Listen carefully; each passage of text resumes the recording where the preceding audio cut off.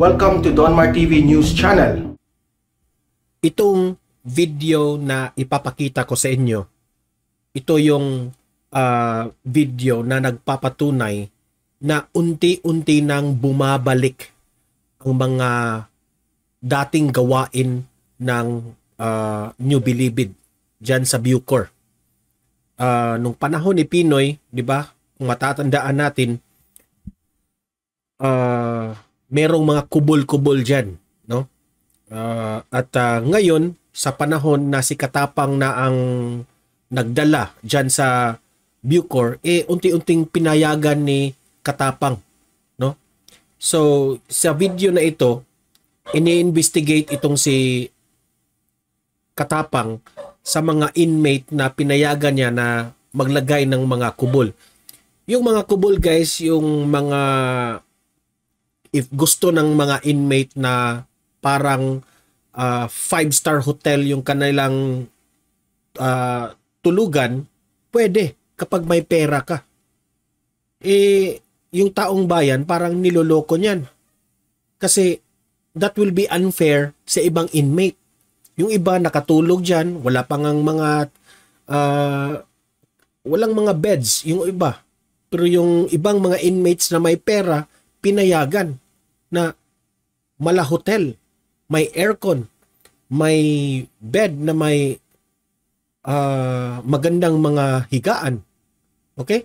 So natuklasan ito during the investigation.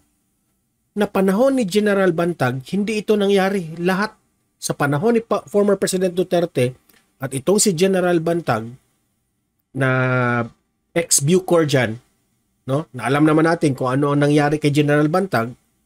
Sa panahon ni Bantag, lahat dyan tinatanggal yan. Dapat fair para patas yan lahat. Merong mga bawal na mga gamot, mga pang-inom, yung mga beer, mga drinks dyan nakapasok sa loob sa panahon ni Katapang. Sabi pa niya ni Katapang sa latest news, gusto niyang magtanggal ng mga empleyado dyan sa Bucor. Tanggalin niya raw yung mga nagpapasok ng mga illegal na mga kung ano-anong pinapasok dyan sa Bilibid. Sabi ko sa sarili ko, bakit ka magtanggal ng 100 na mga employees dyan na kung ikaw na lang yung tanggalin? Dahil hindi ako naniniwala, ha? Ito yung paniniwala ko ito, this is my opinion, na hindi mo alam yan, yung mga naglabas-pasok niya ng mga illegal na mga kung ano yan sa loob ng New Bilibid. Okay? So, getting worse ang New Bilibid prison ngayon. Walang tiwala ang taong bayan nitong si Katapang. Okay? Pero yan, bago ko yan ipapakita yung video na yan, help me na i-like at i-share tong video natin para makarating ito sa taong bayan na ito na ang nangyari sa loob ng New Bilibid. Okay?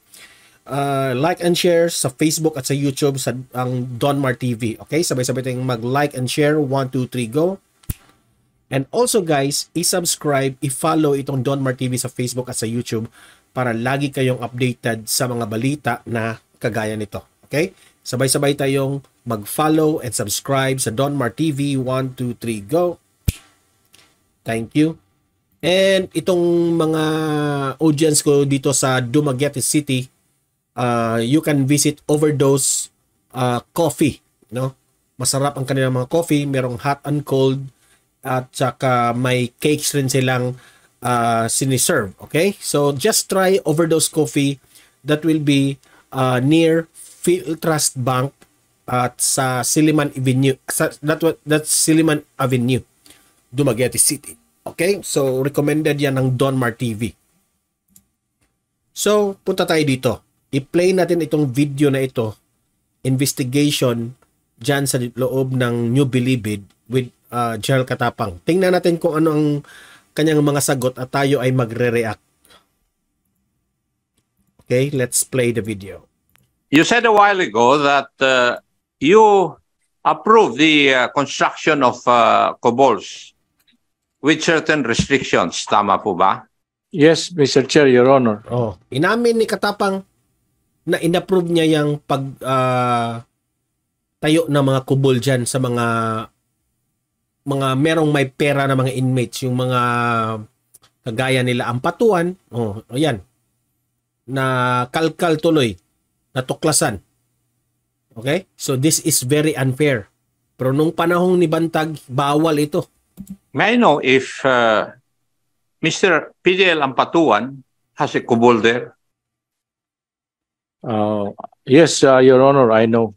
Matapos sirain ni General Bantag ang kubol ng drug lord sa Bilibid na Mala Hotel, ay tila ibinalik pala ito ni General Katapang sa kanyang pamumuno. Aminado din si Katapang na may kubol din si Ampatuan sa loob. Tila bumabalik na nga ba ang sarap ng buhay noon, gaya ng isiniwalat ni Herbert Colanco. Pero mas di ba? Kung matatandaan natin, yung in-hearing si Herbert Colanco doon na talagang nagko-concert pa sa loob. Okay? Panahon niya ni Pinoy, ha? Ngayong panahon ni Pinoy, si Katapang, tauhan ito ni Pinoy. Ngayon, bumabalik na. So, this is very unfair. Sa panahon ni former President Duterte, linagay dyan si Katapang, linagay dyan si General Bantag, equal na lahat. Kaya lahat ng mga, ito ay sabi-sabi dyan sa loob ng New Bilibid na maraming nagagalit dyan kay General Bantag noong siya ang namuno dyan. Dahil gusto niya fair lahat. Walang mga illegal na pinapasok. Kaya galit na galit yung mga preso kay General Bantag. Okay? Ngayong si Katapang na, balik na ang saya. sarap yata ngayon dahil binulgar din ni Representative Dan Fernandez ang mga request ng PDL sa Bilibid. Isang set ng billiard table, 2 set ng video key, isang set ng mahjong table, isang unit ng speaker, at ang lahat ng ito ay nakapirma si Superintendent Angie Bautista at ayon pa kay General Bantag. Ngayon, nakikita nyo anong ginagawa sa Bucor? E di ginagago na niya ang Bucor sa pamamagitan ng paglagay ng mga taong suspendedo noon ng mga ombudsman, etc. At itong isang inspector retired na Bautista. May report din na umabot sa aking opisina na during the previous administration, marami pong inilipat na mga PDL sa iba't ibang lugar kung saan merong branch ang ating Bureau of Corrections. Tama po ba, General Katapang? Yes, Mr. Chair, Your Honor.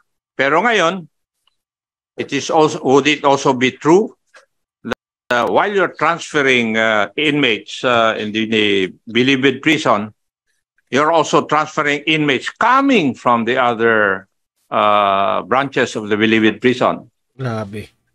Yes, Mr. Chair, Your Honor.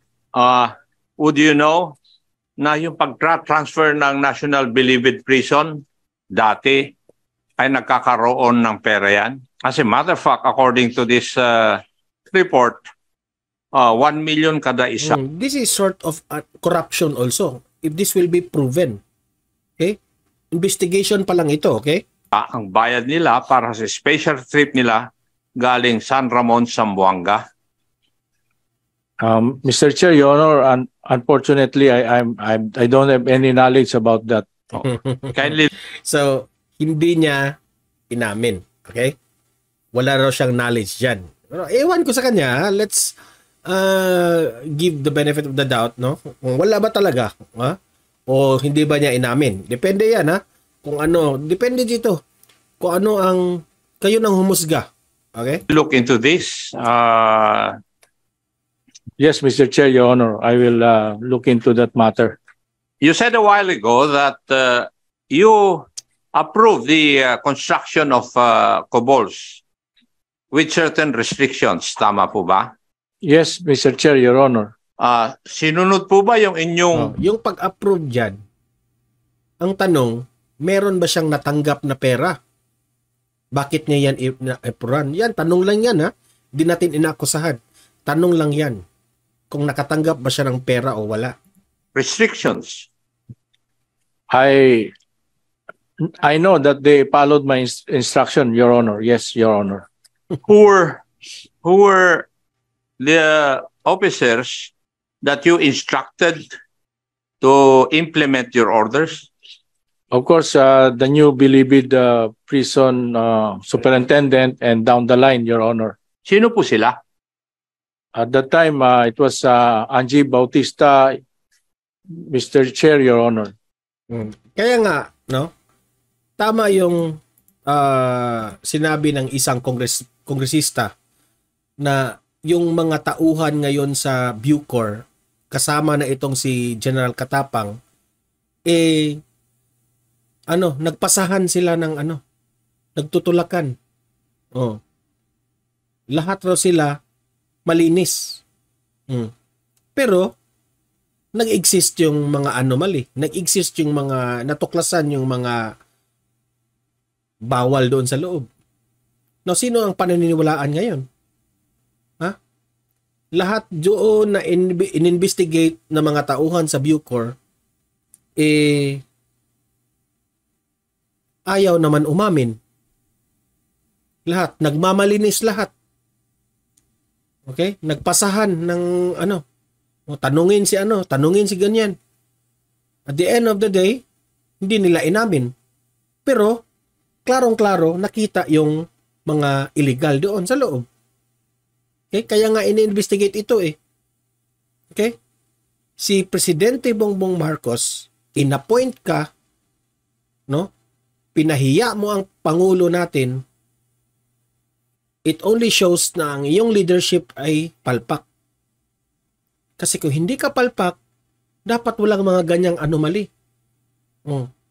Kailan pa ba inireklamo yung mga ganong gawain sa loob ng Bucor? Di ba? Panahon ni Pinoy, yung panahon kay former President Duterte,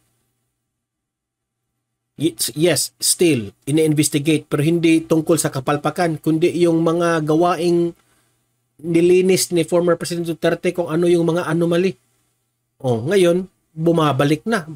Yan ang tanong, bakit ito bumabalik? Katapang, sagutin mo yan. Sagutin mo yan. Or, suggestion ko sa inyo, mag-resign ka na lang kasi nakikita sa inyong liderato dyan sa Bucor, wala bumabalik yung mga problema. Di ba?